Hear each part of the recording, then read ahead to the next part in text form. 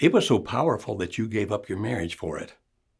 This feeling you have for the person who became the love of your life. Even that phrase, love of your life, doesn't come close to describing what you experienced. How do you find the words? Love? Ecstasy? Heaven on earth? In a way. It's so difficult to describe because the words seem too trite, too common. Yes, it's a feeling of love, but so much more than that. When you talked, hours flew by. You read each other's minds, saw into the intricacies of each other's hearts.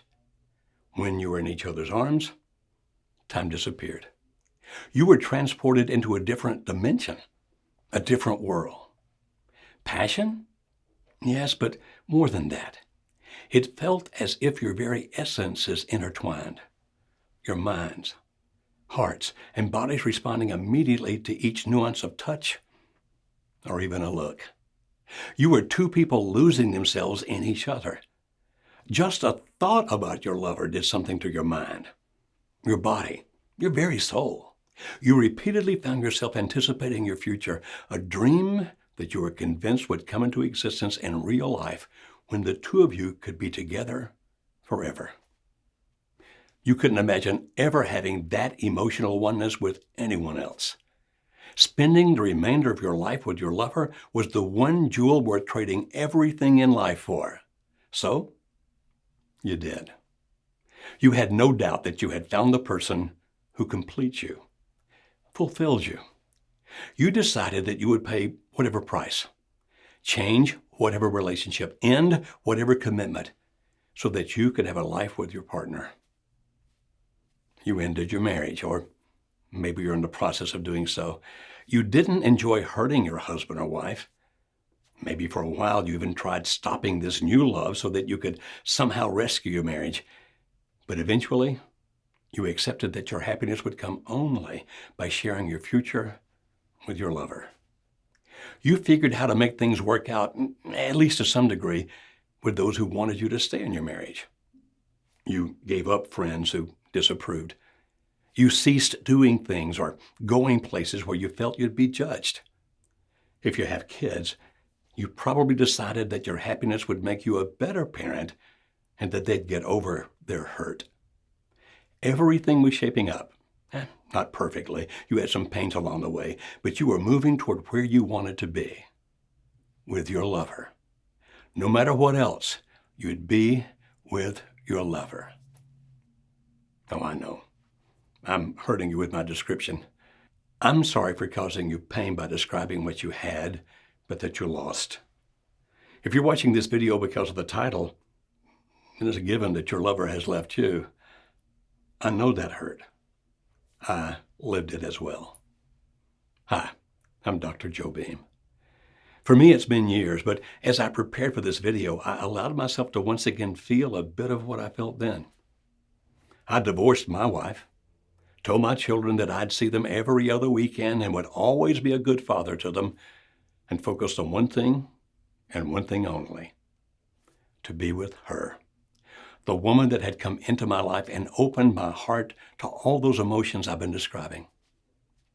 It was euphoric, like being on an astonishing high. I didn't need anything to experience that incredible high other than to be with her, or think about her, or dream about our future. And just as you have, I experienced a roller coaster of emotions along the way. Sometimes excitement and ecstasy. Sometimes fear, anxiety, and occasionally even panic. When she demonstrated the same longing for me that I had for her, I was beyond the clouds with happiness and fulfillment. Whatever sense I had of my own meaning and purpose revolved around her. But when she in any way, even the slightest, seemed to pull away from me, or to my mind appeared not to be as overwhelmingly in love with me as I was with her, I felt as if I couldn't breathe. Without her, I didn't know if I could survive emotionally. Without her, I had no joy, no peace. Do you know what I mean? I can't describe it eloquently enough if you have not experienced it. But if you have, you can put words to it beyond what I'm doing here. Well, as you may have guessed from the title of this video, my relationship with my lover ended. Not immediately. Our immersion into each other had gone the way that this kind of love almost always goes. At first, we were friends. Gradually, that intensified. We talked. We understood each other. I was married. She was not. We didn't set out to violate my marriage, but slowly and relentlessly we developed a deep bond that was beyond anything either of us had ever experienced or could even imagine. When we crossed boundaries, we kept it secret. We found ways to meet, to be with each other, to do what we thought we never would have done. When my relationship with her came to light, when people found out, my marriage ended. But that was okay with me. I was ready to be with my lover, and the largest barrier to our sharing the future was now going away. Divorce. It broke my wife's heart, but it set me free. I savored the intensities of my deep passions with my lover. Well, as I mentioned a moment ago, there is a path this kind of love follows, a predictable path. In the intervening years since those things happened in my life, I earned a PhD from a prestigious university in Australia. I earned my doctorate studying and researching the causes and correlations between marital satisfaction and sexual satisfaction. I know the science now, the social science, the psychology. I understand the route that kind of intense, overwhelming love follows, including the biological and anthropological reasons that create that pathway and why the path plays out in the way that it does.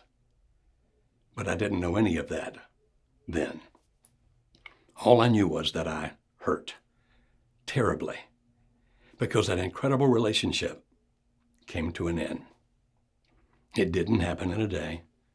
It was slow enough that I saw it coming, and I did all I could do to stop it from happening. However, the more that I did to try to keep her with me, the more things fell apart. Until finally, I found myself alone.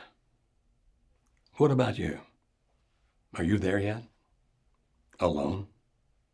If so, I know your pain, and I hurt for you.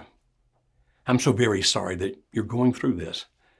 I remember the despair, the searching for some way to put things back as they were, the anxiety, the fear, the longing, the desperation.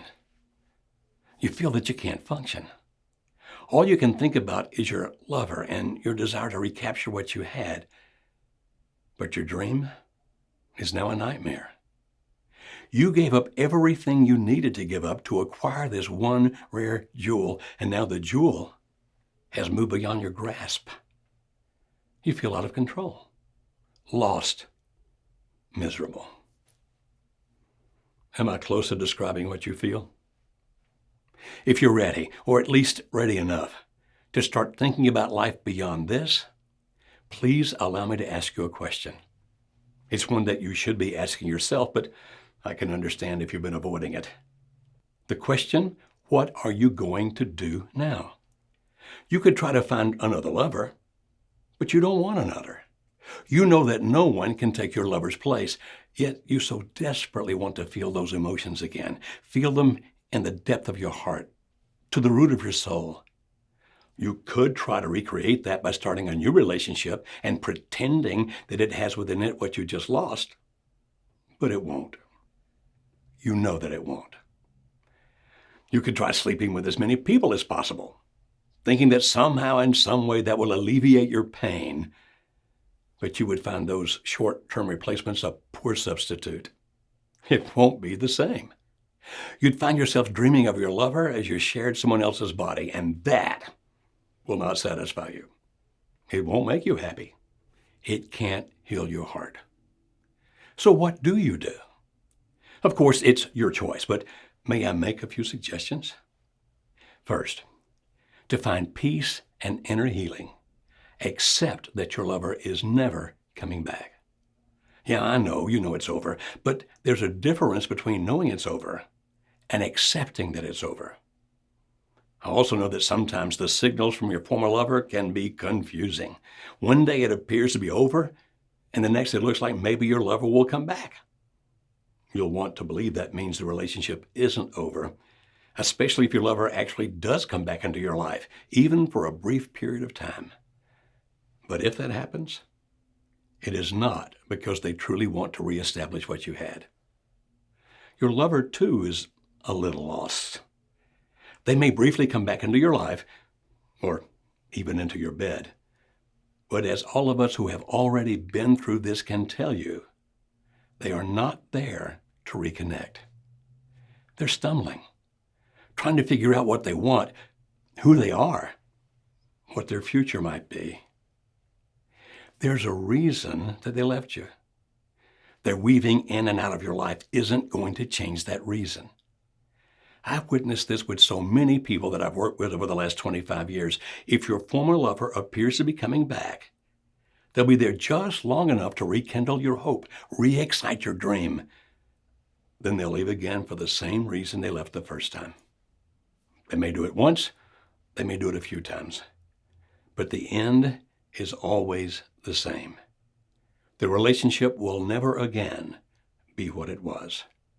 Your ex-lover will move on with their life. The very fact that they don't feel for you what they once felt is proof of that. That kind of love doesn't come back once it's gone. How do I know? I can cite you the research that explains the whys, hows, and even the whens of this type of relationship that you experienced. There's even a name for it in the social sciences, but you aren't interested in hearing that research right now. Sadly, life will show you that I'm right. This relationship you had with your ex-lover will never be again. And until you accept that, you'll continue to live in pain. It'll subside some, won't feel so severe on some days, but it will be there. The pain lives on because you hold to a hopeless hope. Only in accepting things as they are can you move from pain to healing, from sorrow to peace. Now, when you accept that it's over, that means you no longer try to put it back together again. You move on with your life, even if you wish you didn't have to. So, if you accept that it's over, please consider my second suggestion. It may sound strange or perhaps even impossible, but although you may not believe it now, it's the best path to your future happiness. What is it? Putting your marriage back together. Oh, I know. You may have convinced yourself that your former spouse is the worst person on the planet. Maybe you concentrated on anything your mate had ever done wrong. Possibly you said such harsh or even mean things about him or her that you convinced yourself that you shouldn't ever have anything to do with them again. May I suggest that it's time to do the opposites of those things? Forget about concentrating on the bad times, the bad things that happened, or the bad person that you feel your spouse was on occasion. Instead, remember the good times, the good things about your ex. They're there. You just moved them out of easily accessible memory because your mind needed to justify leaving. But you have history together. Allow yourself to remember the good history. And think about this. Did your spouse still love you when you left? Think that maybe your spouse still loves you now? If you have children, do they still want to be with you? Okay, I cannot tell you how to have with your spouse the intensity of emotions that thrilled you with your lover, but I can show you how to be in love with your spouse again. A deep, fulfilling, life-sustaining love, even if you cannot imagine how that could possibly happen. I can show you how to develop things in your marriage that either you didn't discover the first time or that somehow, over time, you misplaced and eventually forgot. Will you consider that possibility? That different path to a future that's better than what your life was before? At one time in your life, you loved this person that you were once married to, even if in your affair you convinced yourself that you never did. Even if you think it impossible, you can love again. And you can have a far better marriage now than you had the first time. Couples who make it through a major crisis, such as an affair or even a divorce, typically find their marriage after that stronger and more fulfilling. Now, if you're thinking that you don't deserve to have your family back, that your husband or wife either can't forgive you or that they shouldn't forgive you, please don't buy that lie. That's right, it's a lie. Thinking that because of what you've done to your family, you don't deserve to have happiness with your family is a lie, a major lie. Here's the bottom line, my friend. You left your family for a lover that you believe with all your heart was the person with whom you would spend the rest of your life in an amazing relationship. It did not turn out that way. Now, if your former mate is still single, will you allow me and the wonderful team of people I work with help you put your family back together? Yes, help you do that even if your spouse is saying there's no way they'd ever take you back. It will take work. It will require dealing with what happened. But it can be done whether either of you think that it can or not. Now, if in this video I've described what you feel, if you believe that I understand what you've experienced and where you are now, then please trust me that I also understand what now can be done to reconcile your life and your family. I'm so very thankful that I was able to put my family back together, and I couldn't be happier. Will you let us do the same for you? Call us at 866-903-0990 and we'll begin the process of helping you develop peace, happiness, and lifelong love.